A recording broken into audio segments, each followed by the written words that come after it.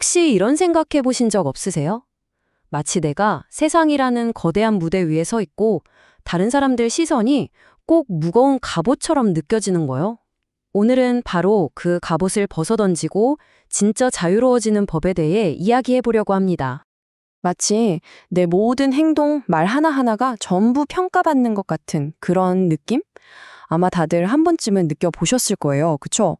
관객들은 저기서 팔짱 딱 끼고 나를 쳐다보고 나는 조금이라도 실수하면 안 된다는 압박감에 시달리는 거죠. 실수하면 안 돼. 더 멋져 보여야 해. 나는 이 무대의 주인공이니까. 이런 생각들? 맞아요. 이런 생각 때문에 우리는 매일 아침 눈 뜨자마자 보이지 않는 카메라 앞에서 연기를 시작하는 건지도 모릅니다. 참 아이러니하죠? 서점에 가보면 베스트셀러 코너에서 전부 다 이렇게 외치고 있거든요. 내 인생의 주인공이 되어라 하고요. 우린 그 말을 철석같이 믿고 더 빛나는 조명을 받으려고 애를 쓰는데 이상하게 마음은 점점 더 퉁 비어가는 느낌만 들죠? 자, 여기서 한번 아주 도발적인 질문을 던져볼게요. 만약에 우리가 성공의 공식이라고 굳게 믿었던 바로 그 말이 사실은 우리를 가장 비참하게 만드는 덫이었다면 어떨까요? 심리학에서는 이걸 조명 효과라고 부르더라고요. 스포트라이트 효과. 뭐냐면 우리가 하얀 티셔츠에 김치 국물 아주 작게 하나 툭 튀었는데 온종일 막 신경 쓰이잖아요. 세상 사람들 다 이것만 쳐다볼 거야 하고요. 근데 재밌는 게 코넬 대학에서 이걸로 실험을 해봤대요. 근데 결과는 사람들이 우리가 걱정하는 것의 절반도 채 알아차리지 못했다는 겁니다. 이게 바로 현실이에요. 사실은 아무도 우리한테 그렇게까지 신경 쓰지 않는다는 거. 어떻게 보면 좀 서운한가요? 아니죠. 오히려 어깨가 훨씬 가벼워지지 않나요? 아, 다행이다 싶죠. 좋아요. 그럼 이제 이 보이지 않는 심리적 감옥에서 걸어 나와서 진짜 자유를 찾는 법. 그 5가지 지혜를 하나씩 차근차근 알아보겠습니다. 첫 번째 지혜는 바로 무대에서 내려오는 겁니다. 인생의 주인공이 되려고 애쓰지 마라. 아마 많은 분들이 여기서 엥? 하실 거예요. 아니, 내 인생인데 내가 주인공이 아니면 도대체 누가 주인공이라는 거죠? 하고 말이에요. 핵심은 바로 이 탈중심화라는 개념에 있어요. 이게 뭐냐면요. 어떤 문제가 닥쳤을 때 아, 왜 나한테만 이런 일이 생기는 거야? 하면서 주인공처럼 괴로워하는 대신에 한 발짝 딱 물러나서 마치 영화 감독처럼 상황을 보는 거예요. 오, 저 캐릭터가 지금 좀 곤란한 상황에 빠졌네? 저기서 어떻게 빠져나와야 이야기가 재밌어질까? 하는 식으로요. 옛날에 장자가 했던 이 비유가 정말 기가 막힙니다. 텅 빈 배는 다른 배랑 부딪혀도 아무도 화를 내지 않는다. 내가 나라는 생각, 내가 주인공이라는 자의식으로 꽉 차 있으면 세상의 모든 일이 나를 향한 공격처럼 느껴져서 고통스러워요. 하지만 내 마음을 텅 빈 배처럼 비우면 어떤 충돌도 그냥 아, 그런 일이 있었구나 하고 스쳐 지나가는 사건이 될 뿐이라는 거죠. 자, 2번째 지혜는 과거를 용서하는 겁니다. 더 정확히 말하면 지나간 일을 현재로 굳이 끌고 와서 스스로를 계속 괴롭히지 않는 거죠. 누구나 후회되는 과거, 이불킥하는 과거 하나쯤은 다 있잖아요.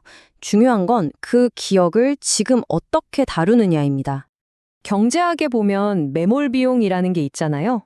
이미 써버려서 절대 되돌릴 수 없는 돈이나 시간 같은 거요. 근데 우리가 이걸 감정의 영역에서 정말 자주 실수해요. 내가 저 사람한테 저 일에 쏟아부은 시간과 노력이 얼만데 하면서 이미 망해버린 관계나 일을 놓지 못하는 거죠. 그건 마치 이미 부도난 수표를 계속 붙들고 있는 거랑 똑같아요. 현명한 사람은요, 그걸 과감하게 찢어버립니다. 3번째 지혜는 우리에게 에너지를 어디에 써야 할지 그 사용법을 알려줍니다. 바로 내가 바꿀 수 있는 것과 바꿀 수 없는 것을 명확하게 구분하는 거예요. 어쩌면 이게 인생을 살아가는 데 있어서 가장 중요한 기술일지도 모르겠습니다. 우리가 괴로워지는 이유는 딱 하나예요. 신의 영역, 즉 내가 통제할 수 없는 영역을 어떻게든 해보려고 애쓰기 때문입니다. 다른 사람의 생각이나 평가, 이미 지나가 버린 과거, 내일 날씨 같은 것들이요. 이걸 바꾸려고 애쓰는 건 비가 온다고 하늘에 대고 화내는 거랑 똑같아요. 현명한 사람은 그냥 조용히 우산을 챙겨서 펴는 거죠. 내가 할 수 있는 일에 집중하는 겁니다. 여기서 진짜 중요한 건 이게 절대 포기가 아니라는 거예요. 이건 오히려 가장 똑똑한 전략적 에너지 재배치입니다. 내가 어쩔 수 없는 일에 헛되이 쓸 에너지를 아껴서 지금 당장 내가 바꿀 수 있는 내 생각, 내 행동, 내 태도에 100% 집중하는 것. 이게 바로 진짜 내 인생의 주인이 되는 길 아닐까요? 네 번째 지혜는 인간관계에 대한 겁니다. 바로 고독을 끌어안는 거죠. 우리는 보통 관계가 끊어지는 걸 되게 두려워하고 실패라고 생각하잖아요.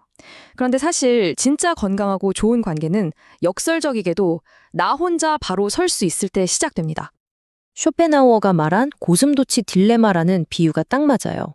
추운 겨울에 고슴도치들이 서로 체온을 나누려고 가까이 다가가요. 근데 너무 가까이 붙으면 어떻게 되죠?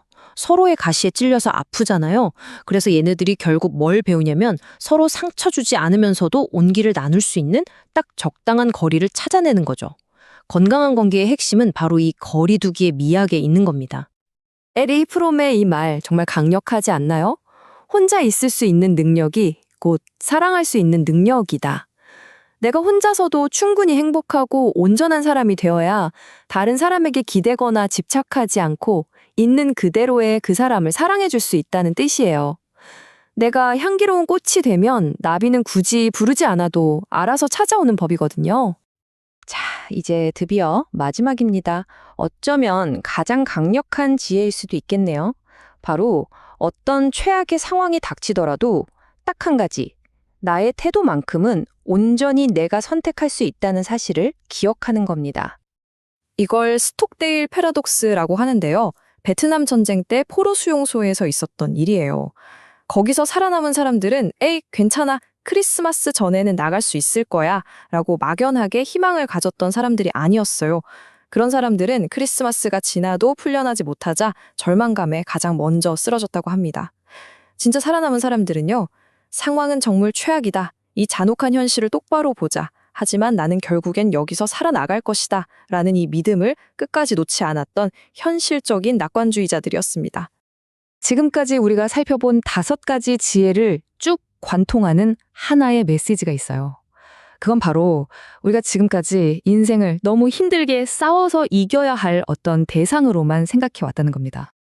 하지만 인생은 싸움이라기보다는 차라리 서핑, 파도 타기에 더 가까워요. 거대한 파도를 막으려고 온몸으로 부딪히니까 그렇게 힘들고 지쳤던 거죠. 진짜 서핑 고수들은 파도를 멈추려고 하지 않아요. 그쵸? 대신에 그 파도의 힘을 이용해서 보드를 타고 유유히 미끄러져 나가죠. 오늘 우리가 나눈 이 이야기들이 여러분의 인생이라는 파도를 멋지게 팔 수 있는 튼튼한 서핑보드가 되어주길 바랍니다. 자, 이제 선택은 여러분의 몫입니다. 타인의 시선이라는 뜨거운 조명 아래에서 계속 땀 흘리며 연기하는 배우로 남으시겠습니까? 아니면 시원한 바닷바람을 맞으면서 자유롭게 파도를 타는 서퍼가 되시겠습니까?